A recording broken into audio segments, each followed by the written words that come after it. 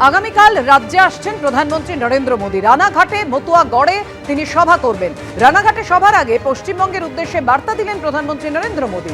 কেন্দ্রীয় সরকারের বহু জনমুখী প্রকল্পের সুবিধে পাচ্ছেন পশ্চিমবঙ্গবাসী।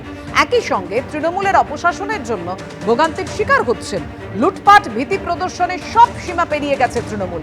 সেই কারণেই আজ বিজেপি মানুষের একমাত্র আশা ভরসা।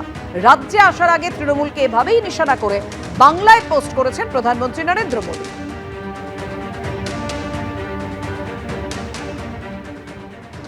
এসআইআর নিয়ে সংঘাতের আবহেই কাল মতুয়াগড়ে প্রধানমন্ত্রীর জনসভা। সরাসরি এই মুহূর্তে প্রস্তুতির ছবিটা আপনাদের সামনে তুলে ধরবেন আমাদের সঙ্গে রয়েছেন আমাদের প্রতিনিধি শিবাশিস মৌলিক। শিবাশিস, কিছুক্ষণ আগে শ্রমিক ভট্টাচার্য আসেন, সুকান্ত মজুমদারও এসছেন, জানাও আমাদের। একদমই, দেখো শুরুতেই তোমায় বলে রাখি পাপিয়া, এই মুহূর্তে কেন্দ্রীয় প্রতিমন্ত্রী সুকান্ত মজুমদার তিনি এসে পৌঁছেছেন এবং তিনি সভাস্থল ঘুরে দেখলেন। কেন্দ্রীয় প্রতিমন্ত্রী সুকান্ত মজুমদার এখনো তাহেরপুরের এই নেতাজি পার্কে রয়েছেন। নেতাজি পার্কে রয়েছেন সুকান্ত মজুমদার।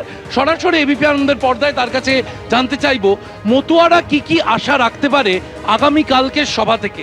তারা অনেকেই চাইছেন নিঃশর্ত নাগরিকত্ব বা 26-এ ভোটাধিকার সুনিশ্চিতকরণ মোদী। দেখুন, আমরা চাই যে সমস্ত মতুয়া উদ্বাস্তু মানুষ যারা আছে, মতুয়া এবং তৎসহ অন্যান্যরা, সকলের নাগরিকত্ব বাঁচানোর দায়িত্ব বিজেপি নিয়েছে, অন্য কেউ নেয়নি। আজকে যারা বলে না মায়ের চেয়ে মাসির দরদ বেশি, যারা দরদ দেখানোর চেষ্টা করছে হিন্দু উদ্বাস্তুদের জন্য, তাদের ক্ষেত্রে এই কথাটা প্রযোজ্য। নরেন্দ্র মোদী সিএ পাশ করেছে, নরেন্দ্র মোদী সিএর মাধ্যমে মতুয়াদের নাগরিকত্ব দেবেন। যেহেতু নাগরিকত্ব একটি জটিল বিষয়, সময় তো লাগবে। দেখুন, এ বিষয়ে অস্বীকার করার জায়গা নেই, কিন্তু কারো কোনো চিন্তার কারণ নেই, কারণ ফরেনার্স অ্যাক্টও আমরা পরিবর্তন করে দিয়েছি। শুধু তো নাগরিকত্ব নয়, 14 অবধি নাগরিকত্ব দেওয়ার জন্য সিএ আছে।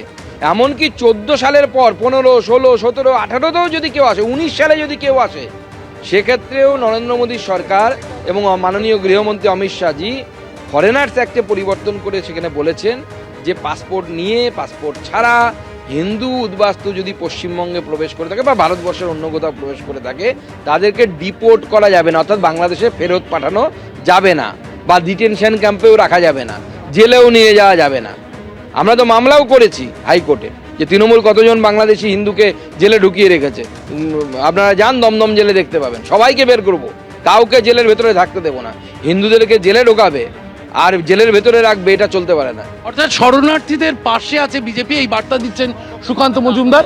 সুকান্ত মজুমদার এসেছিলেন তাহেরপুরের এই মাঠ, নেতাজি পার্কের মাঠ, তিনি খতিয়ে দেখলেন প্রধানমন্ত্রীর সভার প্রস্তুতি কি রকম চলছে। প্রধানমন্ত্রী নরেন্দ্র মোদী আগামীকাল কি বার্তা দেন অবশ্যই আমাদের নজর থাকবে সেদিকে। আর প্রধানমন্ত্রীর এই আশা নিয়ে এবং মতুয়া সমস্যার সমাধান যেটা বিজেপি বলছে প্রধানমন্ত্রী করে দিতে পারেন, কটাক্ষ করেছেন কল্যাণ বন্দ্যোপাধ্যায়। কি বলেছেন তিনি দেখুন।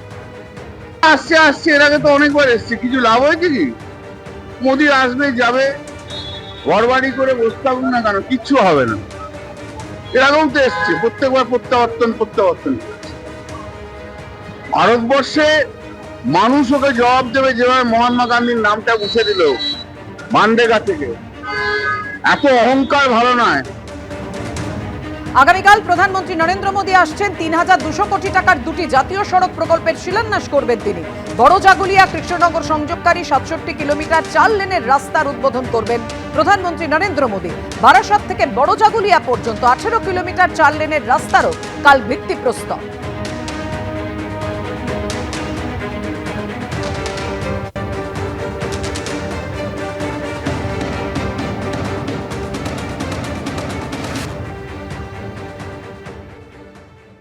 পরের খবরে আসছে, বাবরি মসজিদের শিলান্যাসের পর এবার দল ঘোষণার প্রস্তুতি হুমায়ুন কবিরের। সোমবার রেজিনগরে প্রস্তাবিত বাবরি মসজিদ চত্বরেই হুমায়ুন কবিরের সভা রয়েছে।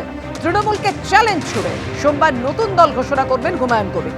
স্বাধীনতার পর যে কোনো দলের সভার থেকে বেশি জমায়েত হবে 22শে ডিসেম্বর। রেকর্ড সমাবেশ হবে।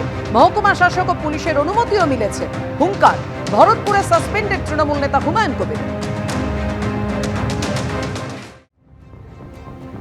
বাংলাদেশের যে নৈরাজ্য পরিস্থিতি তাই নিয়ে বিজেপির আক্রমণ, পাল্টা আক্রমণ তৃণমূলের।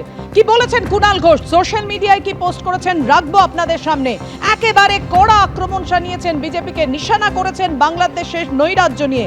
বিজেপির কিছু নেতা যারা বাংলাদেশের সঙ্গে পশ্চিমবঙ্গের তুলনা টানছেন, পশ্চিমবঙ্গ এমন ঘটতে পারে বলে মন্তব্য করছেন কিছু বিজেপি নেতা। এ ব্যাপারে বিদেশমন্ত্রী জয়শঙ্করকে স্পষ্ট ব্যাখ্যা দিতে হবে। এর ফলে কোনো হিংসার ঘটনা ঘটলে সম্পূর্ণ দায় বিজেপি নেতাদেরই। বাংলাদেশেরই হিংসার নিন্দা করে পাল্টা আক্রমণ শানিয়েছে তৃণমূল কংগ্রেস। এই সেই বিজেপি যারা বলেছিল বাংলা ভাষা বলে কিছু নেই। পোস্ট করেছেন কুণাল ঘোষ। বিদেশমন্ত্রী জয়শঙ্করকে স্পষ্ট ব্যাখ্যা দিতে হবে, কিছু হলে তার দায় নিতে হবে বিদেশমন্ত্রীকে। বিজেপি নেতারা কে কি বলেছিলেন এটা ভুলে গেলে চলবে না। দিদির মামাটি মানুষের সরকার বাংলায় এমন কিছু হতে দেবে না, সোশ্যাল মিডিয়ায় পোস্ট করেছেন কুণাল ঘোষ।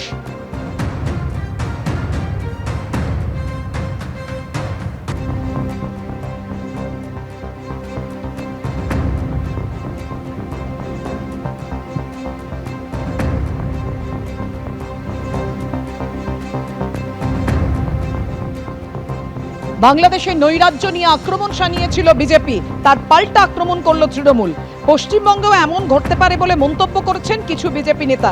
এ ব্যাপারে বিদেশমন্ত্রী জয়শঙ্করকে স্পষ্ট ব্যাখ্যা দিতে হবে। এর ফলে যদি কোনো হিংসার ঘটনা ঘটে সম্পূর্ণ দায় নিতে হবে বিজেপি নেতাদেরই।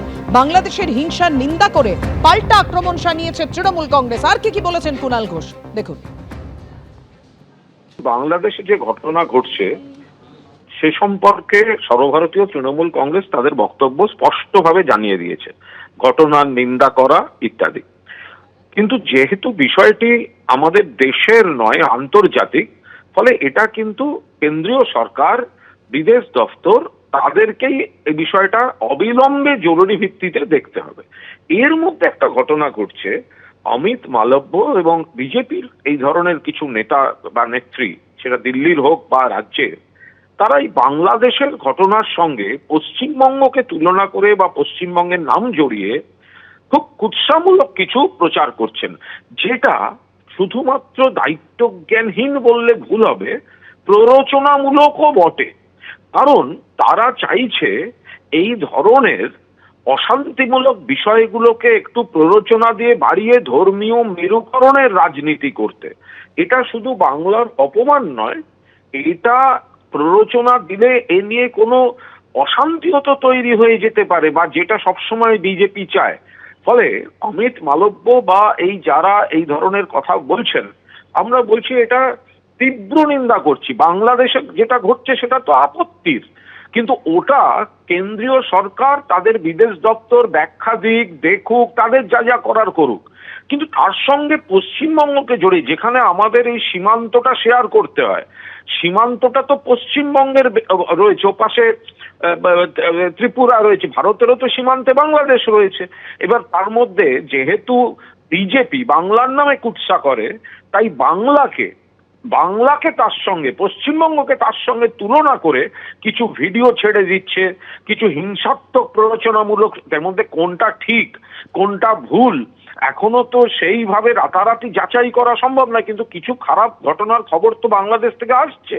এবার আমরা আমরা সবাই সেটার নিন্দা করি, কড়া ভাষায় নিন্দা করি, কিন্তু তা বলে বাংলাকে মিশিয়ে একটা প্ররোচনামূলক গোলমাল পাকাবার বিষ মেশানো প্রচার, এটার আমরা তীব্র নিন্দা করছি, তীব্র বিরোধিতা করছি, এবং কিছু ক্ষেত্রে তো পুলিশের অ্যাকশন নেওয়া উচিত।